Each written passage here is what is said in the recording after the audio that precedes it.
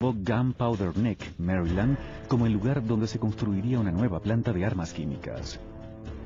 Se le conocería como el Arsenal Edgewood. Durante décadas sería uno de los más grandes centros de desarrollo de armas químicas del mundo.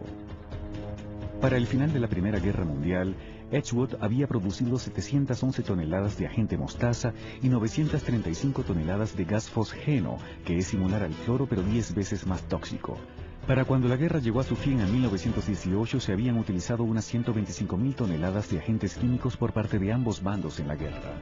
Después de la Primera Guerra Mundial, se desarrolló un nuevo método para diseminar armas químicas con el uso de una máquina de guerra de importancia creciente: el aeroplano.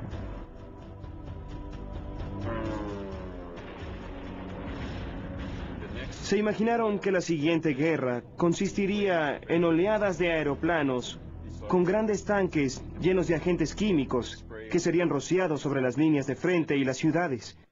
En efecto, durante las campañas italianas y etíopes, los italianos usaron agentes químicos en forma de bombas que lanzaron desde aeroplanos. Se utilizaron de manera efectiva contra las desprevenidas tropas etíopes. En 1935, el líder etíope Haile Selassie, emocionado, le describió la pesadilla a la Liga de Naciones.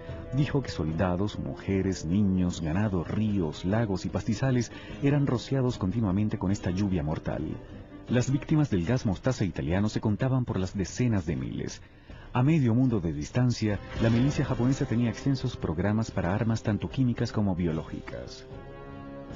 5 años después de invadir Manchuria en 1931, los japoneses crearon la notable Unidad 731, la cual, bajo la dirección del general Shiro Ishii, realizó grotescos experimentos médicos con prisioneros de guerra chinos para adelantar las investigaciones japonesas.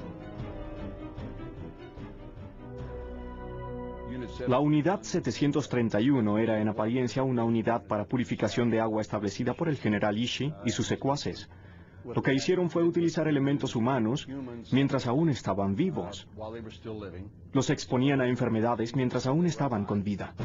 Después de la rendición de Japón al final de la Segunda Guerra Mundial, la milicia estadounidense le concedió inmunidad por crímenes de guerra al general Ishii a cambio de su cooperación con los investigadores estadounidenses.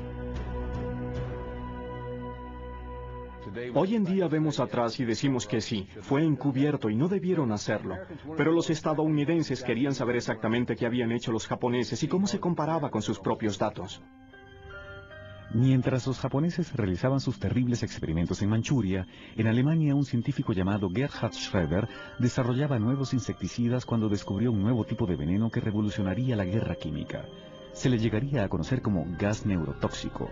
Solo una gota podía causar la pérdida total del control muscular y la muerte en cuestión de minutos. Usualmente es inodoro. A veces tiene un olor suave, dulce, pero rara vez es suficientemente fuerte como para dar indicios de su presencia. El gas neurotóxico bloquea la acción de una enzima que controla la transmisión de los impulsos nerviosos. Causa fuertes señales nerviosas descontroladas a los músculos. El primer gas neurotóxico alemán se llamó Tabun. 2 años más tarde, Schroeder creó un nuevo agente nervioso llamado Sarin, que era 10 veces más potente que el Tabun.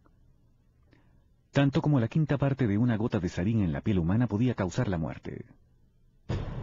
En la Alemania nazi se produjeron miles de toneladas de tabún y sarín, pero Hitler nunca las utilizó. De hecho, ni las armas químicas ni las biológicas fueron usadas en combate por las fuerzas del Eje ni por los aliados en la Segunda Guerra Mundial. Se ha especulado mucho sobre el por qué las armas químicas o biológicas no fueron utilizadas durante la Segunda Guerra Mundial. Existía la idea de que Hitler estaba reacio a hacerlo por su propia experiencia durante la Primera Guerra Mundial, durante la cual él supuestamente fue expuesto a gases, y su experiencia fue tan horrenda que no quería imaginar la posibilidad de que fueran utilizadas contra sus propios soldados. También estaba el entendimiento de que si un país las utilizaba, quedaba bastante claro que su oponente comenzaría a utilizarlas también.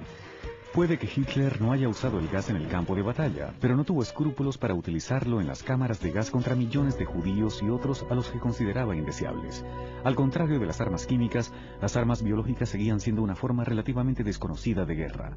Aunque Inglaterra, Francia, Canadá y Japón aumentaron sus investigaciones secretas de armas biológicas en los años 30, la milicia estadounidense les prestó relativamente poca atención. Todo esto cambiaría hacia el final de la Segunda Guerra Mundial. Las bombas voladoras alemanas llovían sobre Inglaterra en 1943 y se temía que los alemanes comenzaran a cargarlas con agentes biológicos como el anthrax.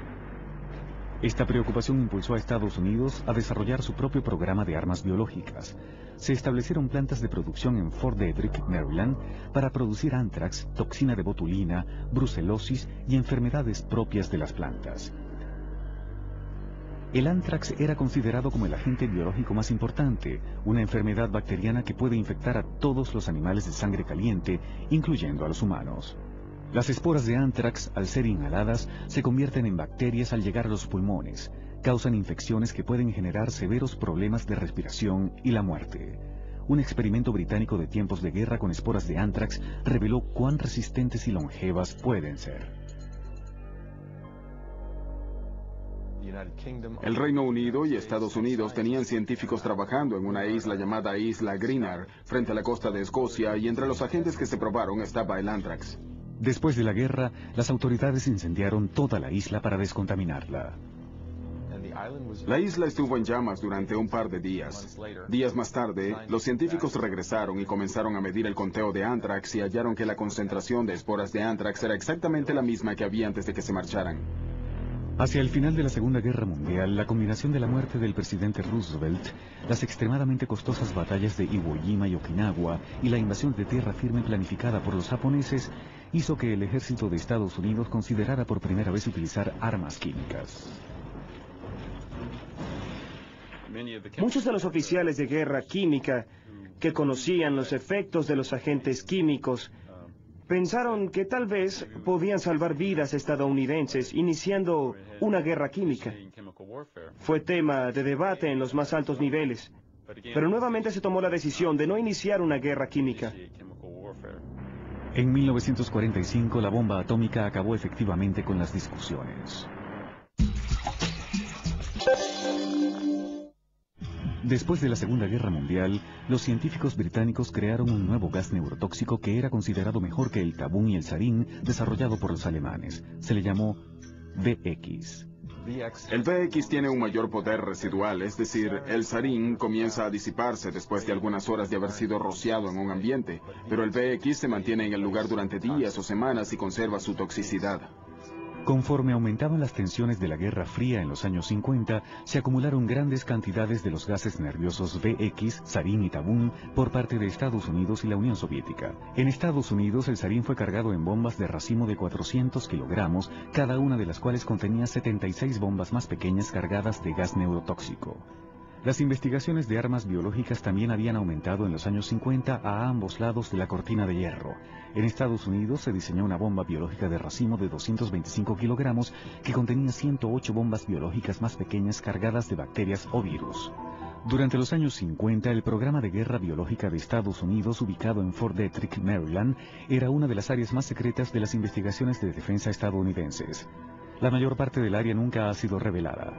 Bill Patrick comenzó a trabajar en Fort Detrick en 1951 y allí permaneció hasta que el programa de guerra biológica fue desmantelado en 1969. Tuvimos dos grandes enemigos, la Unión Soviética y la China comunista.